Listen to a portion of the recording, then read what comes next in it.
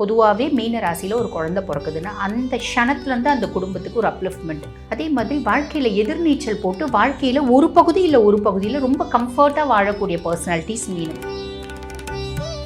சனி ஜென்ம சனியாக ஆரம்பித்ததுலேருந்து மீனத்தினோட மூளையை தின்றாரு அப்படின்னா ஒரு இனம் புரியாத குழப்பம், ஒரு இனம் புரியாத பயம், மந்த நிலை. 6ஆம் மாதம் குரு பகவானுடைய பயிற்சி இருக்கு இல்லைங்களா, 1/6/2026. அப்போ அவரோட உச்ச பார்வை 9ஆம் பார்வை சனி மேலே படியுது. அப்போ சனி ஜென்ம சனியாக இருந்தாலும் அப்படியே கப் சிப்புன்னு அமைதியாக போய் உட்காந்துடுறாரு. ஃபுல் ஆன் பக்தி நேயர்களுக்கு வணக்கம். நான் டாக்டர் தீபா அர்லாலன். இன்றைக்கி நம்ம என்ன டாபிக் பற்றி டிஸ்கஸ் பண்ண போகிறோம் அப்படின்னா தமிழ் புத்தாண்டு பலன்கள் தாங்க பார்க்க போகிறோம். என்னங்க பொதுவாக பாருங்கள் 2025 ஆண்டு பலன்கள், 2026 ஆண்டு பலன்கள் இப்படின்னு தானே சொல்லுவாங்க. தமிழ் புத்தாண்டு பலன்களும் சொல்கிறீங்களே அப்படின்னா கொஞ்சம் அதாவது சமீப காலமாக தான் பார்த்திங்கன்னா நம்ம இந்த ஜார்ஜியன் கேலண்டர் அப்படின்றத ஃபாலோ பண்ணுறோங்க. அதனால நியூ இயர் செலிப்ரேட் பண்ணுறோம். அதே மாதிரி 2025க்கான பலன், 26க்கான பலன் அப்படின்றது பார்க்குறோம். நம்ம தொன்று தொட்டு பயன்படுத்தி வந்தது என்ன அப்படின்னு தமிழ் புத்தாண்டை பேஸ் பண்ணி அந்த வருடம் முழுசும் எப்படி இருக்கும் அப்படின்றத பலன்களை பார்த்திங்கன்னா பகுத்தறியறது. அப்படி தான் பார்த்திங்கன்னா நம்ம தொன்று தொட்டு பல நூறு வருடங்களை பார்த்துட்டு வந்தது. சரி, அந்த விதத்தில் இந்த தமிழ் புத்தாண்டு இதை என்ன சொல்லுவாங்க அப்படின்னா பராபவ வருடம் அப்படின்னு சொல்லுவாங்க.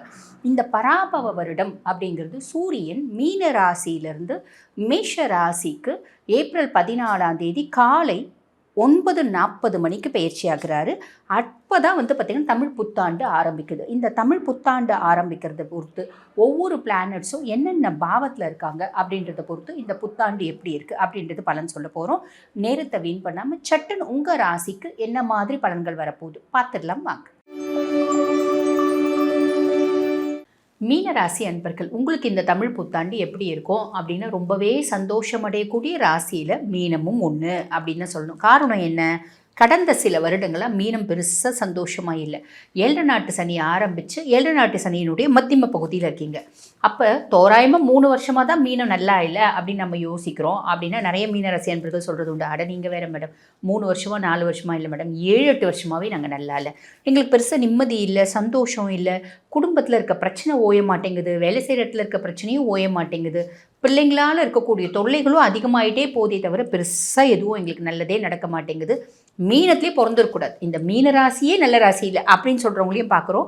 உண்மை என்ன அப்படின்னா பொதுவாக பாருங்கள் காலபுருஷனுக்கு 12ஆம் பாவம் மீனம். இது பார்த்திங்கன்னா அயன சயன போஜன மோட்ச விரயஸ்தானம் அப்படிம்பாங்க. அப்போ இந்த ராசியை பொதுவாக ஜோதிடர்கள் நாங்கள் என்ன சொல்கிறோம் அப்படின்னா ஒரு அதிர்ஷ்டமான ராசியாக தான் பார்க்குறோம். பொதுவாகவே மீன ராசியில் ஒரு குழந்தை பிறக்குதுன்னா அந்த க்ஷணத்துலேருந்து அந்த குடும்பத்துக்கு ஒரு அப்லிஃப்ட்மெண்ட் அப்படின்றது உண்டு தான். புரியுதுங்களா? அதே மாதிரி வாழ்க்கையில் எதிர்நீச்சல் போட்டு வாழ்க்கையில் ஒரு பகுதியில் ரொம்ப கம்ஃபர்ட்டாக வாழக்கூடிய பர்சனாலிட்டிஸ் மீனம். சுக்கிரன் உச்சமடையக்கூடிய ராசிங்க. குரு ராசியாதிபனாக இருந்தாலும் சுக்கிரன் போய் உச்சமடையக்கூடிய ராசி அப்படின்றதுனால அதிர்ஷ்டம் ஏதோ ஒரு விதத்தில் உங்களுக்கு வரும் கண்டிப்பாக.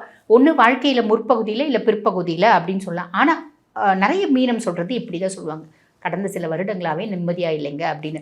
அது காரணம் என்ன அப்படின்னா உங்கள் சுய ஜாதகத்தில் தசை நல்லா இல்லாதமல் இருக்கலாம். அதுக்கும் மேலே 7 நாட்டு சனியினுடைய மத்தியம பகுதி.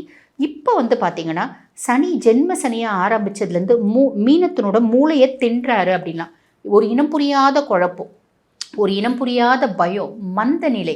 எனக்கு விட்டேத்தியான வாழ்க்கை, ஏண்டாப்பா வாழறோம், இந்த வாழ்க்கை வாழறதுக்கே பிடிக்கல, இன்னும் எவ்வளோ நாள் தான் ஏன் கஷ்டப்படுவோம். எதிர்நீச்சல் போட்டு வாழக்கூடியவங்க நீங்கள். ஆனால் இந்த காலகட்டம் என்ன தோணும் அப்படின்னா எதிர்நீச்சல் போட்டு போட்டு போட்டு தண்ணி வற்றி போச்சியா அப்படின்ற மாதிரி தோணும். ஆனால் உண்மை என்ன, இதெல்லாம் ஜென்ம சனி உங்கள் மனசில் பின்னக்கூடிய மாய வலைகள் அப்படின்னு சொல்லலாம். அதை நம்ம புரிஞ்சுக்கணும். அப்படின்னா சனி நம்ம மூளை எப்படி காம்ப்ளிகேட் பண்ணுறான், நம்மளை குழப்பறா அப்படின்றத நீங்கள் தெளிவாக புரிஞ்சுக்கினீங்க அப்படின்னா ரொம்ப சிம்பிளுங்க. அதுக்கும் மேலே 6ஆம் மாதம் குரு பகவானுடைய பயிற்சி இருக்குது இல்லைங்களா, 1/6/2026 குரு பகவான் பயிற்சியாகி மிதுனத்துலேருந்து கடகத்தில் ஆட்சி பெற்று அமர்றார். அப்போ அவரோட உச்ச பார்வை 9ஆம் பார்வை சனி மேலே படியுது. அப்போ சனி ஜென்ம சனியாக இருந்தாலும் அப்படியே கப் சிப்புன்னு அமைதியாக போய் உட்காந்துடுறார். அவர் எந்த விதத்துலையும் இவ்வளோண்டு கூட உங்களை டிஸ்டர்ப் பண்ண போகிறதில்ல. அது ஒரு பெருத்த ரிலீஃபு. அதனால தான் நான் உங்களுக்கு சொன்னேன் ரொம்ப சந்தோஷமடையக்கூடிய ராசியில் மீனமும் ஒன்று அப்படின்னு. ஸோ இது ஒரு பெரிய பெரிய ப்ளஸ் இல்லைங்களா.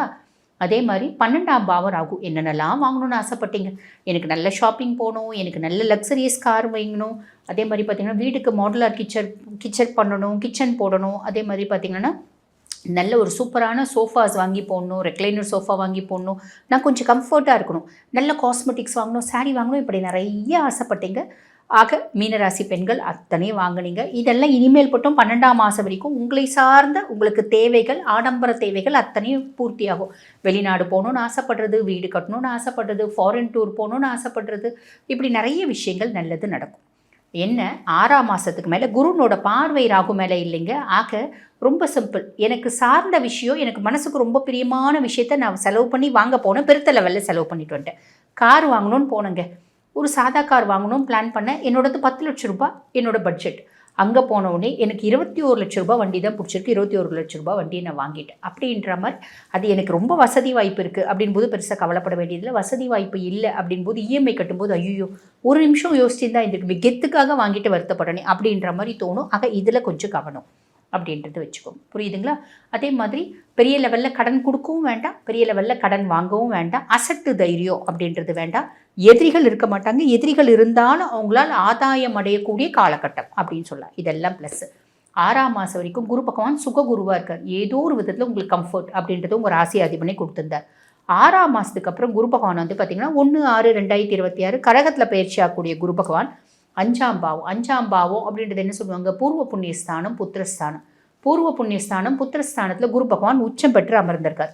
இது வரைக்கும் எத்தனை பொறுப்பு எடுத்திருப்பீங்க? அத்தனை பொறுப்புலையும் எத்தனை நல்ல கர்மாக்கள் செஞ்சுருப்பாங்க. அத்தனை நல்ல கர்மாக்களுக்குமான பலன்களை அனுபவிக்கக்கூடிய காலகட்டம். நிறைய மீனராசி என்பர்களுக்கு காதல் அப்படின்றது வரும்.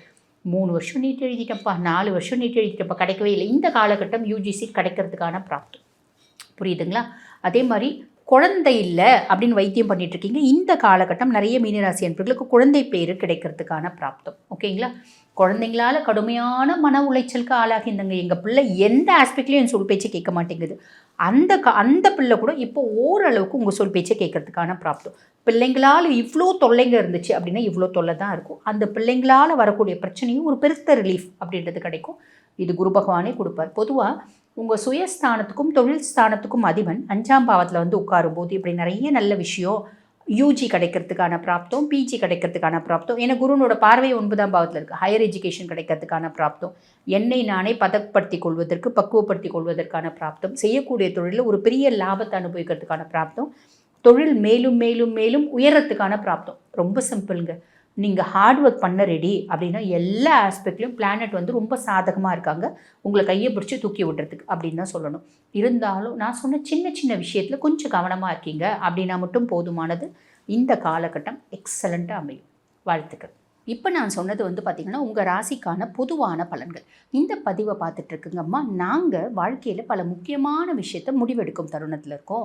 எப்போ நாங்கள் வீடு கன்ஸ்ட்ரக்ட் பண்ணுவோம், இந்த காலகட்டம் எங்களுக்கு வீடு அப்படின்றது கன்ஸ்ட்ரக்ட் பண்ணி ஆகுமா அப்படின்றது தெரிஞ்சுக்கணுன்னாலும், எங்கள் குடும்பத்தில் ஏகப்பட்ட பிரச்சனைகள் இருக்குது. அத்தனை பிரச்சனைகளும் இந்த வருஷமாவது ஓயுமா இல்லை தொடருமா அப்படின்றது தெரிஞ்சுக்கணுன்னாலும், என் பிள்ளைங்க நல்வழிப்படுத்தணும் அப்படின்னு கடவுள்கிட்ட வேண்டிகிட்டே இருக்கேன். நிறைய பிரச்சனைகள் அப்படின்றது பிள்ளைங்க வாழ்க்கை சார்ந்து, பிள்ளைங்களோட குணாதிசயங்கள் சார்ந்து இருக்குது அப்படின்றது தெரிஞ்சுக்கணும் அப்படின்னாலும், இந்த மாதிரி நிறைய கேள்விகளுக்கு பதில் எது மூலிமா தெரிஞ்சுக்கலாம் அப்படின்னா நம்ம சுய ஜாதகம் மூலிமா தாங்க தெரிஞ்சுக்கலாம். சுய ஜாதகம் தான் வந்து பார்த்திங்கன்னா இந்த எல்லா கேள்விகளுக்குமான இண்டெக்ஸ் அப்படின்னு சொல்லலாம். ஆக உங்கள் சுய ஜாதகத்தை பார்க்கணும் அப்படின்னு நீங்கள் விருப்பப்படுறீங்கன்னா, நான் பேசிகிட்டு இருக்கும்போது எங்களோட வாட்ஸ்அப் நம்பர் டிஸ்பிளேயில் கொடுத்துருப்பாங்க. அந்த வாட்ஸ்அப் நம்பருக்கு கால் பண்ணி அப்பாயின்மெண்ட் ஃபிக்ஸ் பண்ணி என்கிட்ட பேசிக்கலாம். தேங்க்யூ.